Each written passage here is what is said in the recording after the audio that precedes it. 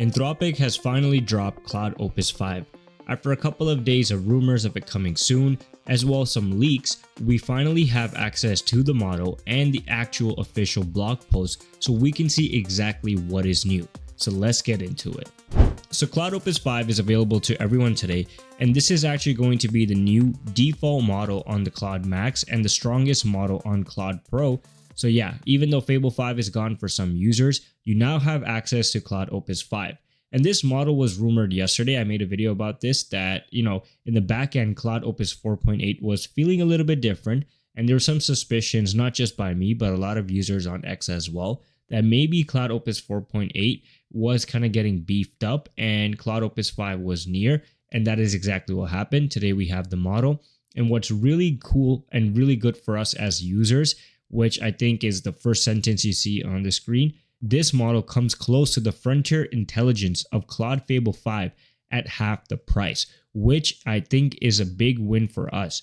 And I just want to take a moment to appreciate open source models at the moment, because I feel like they have put so much pressure on the closed labs where they have to produce strong models at more cheaper costs. And that is exactly what we're seeing today with Claude Opus 5.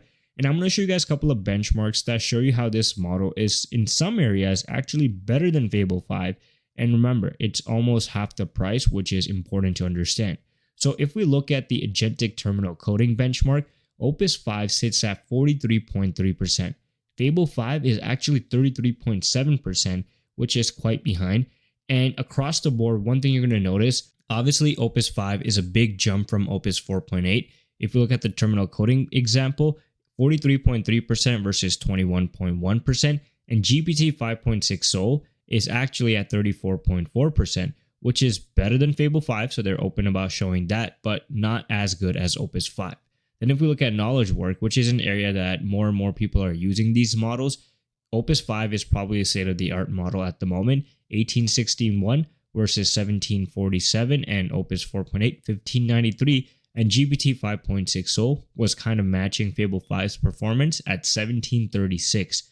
And then if you look at novel problem solving, basically the Arc AGI 3 benchmark, we see Opus 5 scoring the highest over here, 30.2% versus 7.8%, which was the best score before Opus 5, and that belonged to GPT 5.6 Soul. So this area has improved a lot for Opus 5, and obviously this is a benchmark that is new. I think if I remember correctly, this was a benchmark that was launched end of last year. So yeah, this is a pretty new benchmark, and most of these models are slowly getting better at it. But it looks like Opus 5 has taken a big lead. And then if you look at agentic search, 90.8%, once again, better than Fable 5. And obviously, majority of the benchmarks they have selected over here to showcase that Opus 5 is better than Fable 5. And the ones that Fable 5 kind of takes a lead on purpose is only like a small difference. So this is just them selecting those benchmarks. But the blog post is not geared towards showing you guys that. So keep that in mind. It's not like Opus 5 is technically better than Fable 5 in everything. Opus 5 is a very strong model, and we can see with these benchmarks specifically, we see the same trend. One area that actually OpenAI's GPT 5.6 Soul model excels at compared to the rest of Anthropic's model is agentic coding. On the Deep Software Engineering version 1.1, Opus 5 scores 68.8% versus Fable 5 69.7%, and GPT 5.6 Soul 72.7%. So this model is a bit ahead when it comes to agentic coding. But when another test is used, Frontier Code, Fable 5 sits at 53.5%, and Opus 5 is actually just 1 point behind at 53.4%. So we can say with confidence that at least in the areas we see on the screen, Opus 5 is better than Fable 5. And remember, half the cost, which is a big win for us. Now, this is probably an area that I think that Anthropic focus on, which is performance and cost effectiveness, because historically, Anthropic is not known for cost effectiveness, and sometimes they have really good performance, but the cost effectiveness is not there. So that is probably why a lot of the labs, especially the open source labs, were kind of ahead of Anthropic's models because they were cost effective, and what you got for $1 was worth more than what you got with Anthropic's model. And it looks like because of that pressure, Claude Opus 5 now basically has obviously Fable level performance, but it is the same cost as Opus 4.8, which is once again a big win for a lot of developers. And they kind of show you exactly in this chart. This is a similar chart we saw with GPT 5.6 Soul, where they're basically showing you the score and as well the cost per that score. To understand this chart, you can think of it like this. On agentic coding, if you were to spend about $15, Fable 5 would only get you a score of 25%.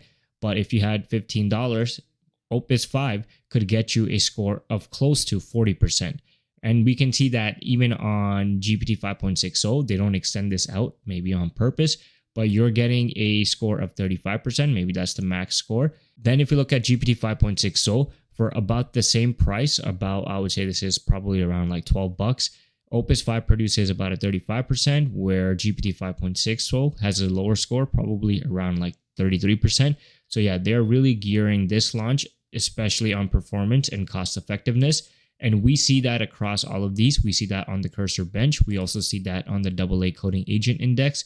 So yeah, that is an area that they're really focusing on in this blog post, which tells you they're under a lot of pressure because people are probably frustrated with spending a lot of money using their models as well hitting rate limits.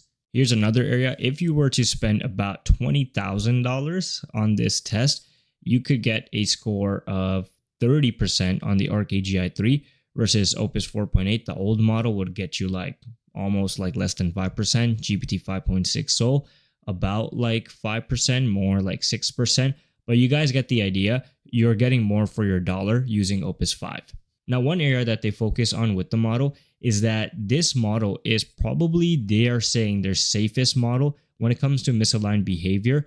Sonnet 5, for example, sits at 3.35, so easy to mess around with it. Mythos 5 sits at 2.81, and Opus 5 is actually below that at 2.3. So the lower the score is actually better. So you can see from this chart that it's harder to jailbreak the model, and that's an area that we see because cybersecurity wise, this model is not the best. They're kind of clear on that, and I'll show you guys that as well. Opus 5 does not have the frontier in risky dual use capabilities, and they're saying that this model remains behind Mythos 5 in both biology research and offensive cybersecurity. So you can't really use this model to do something that you're not supposed to do. So if you're planning on doing that, maybe use Mythos 5, not this model. And we can see that this model is actually good at finding vulnerabilities. Like Opus 5 hits a 79.4% and Mythos 5 sits at 80%.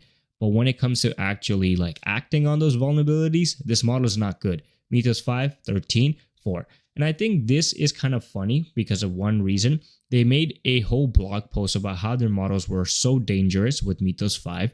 And when they did that, we know what happened after that. The US government said, oh, this model is too risky. We cannot deploy it. So I think this time around in their blog post, they probably learned their lesson. And that's why they're kind of showing you guys that, okay, our models are good at finding cybersecurity vulnerabilities, but they're not good at, exploiting them. So this is a safe model. So yeah, I think that feature is done on purpose because without that context, there's no reason to call out that your model is not good at cybersecurity, especially in a blog post with a new model. Now, like I mentioned earlier, the pricing for this model is same as Opus 4.8, which is $5 per million input tokens and $25 per million output tokens. So yeah, you're getting more performance for $1. So I think that is a good win for a lot of users, especially users who use Anthropic's models.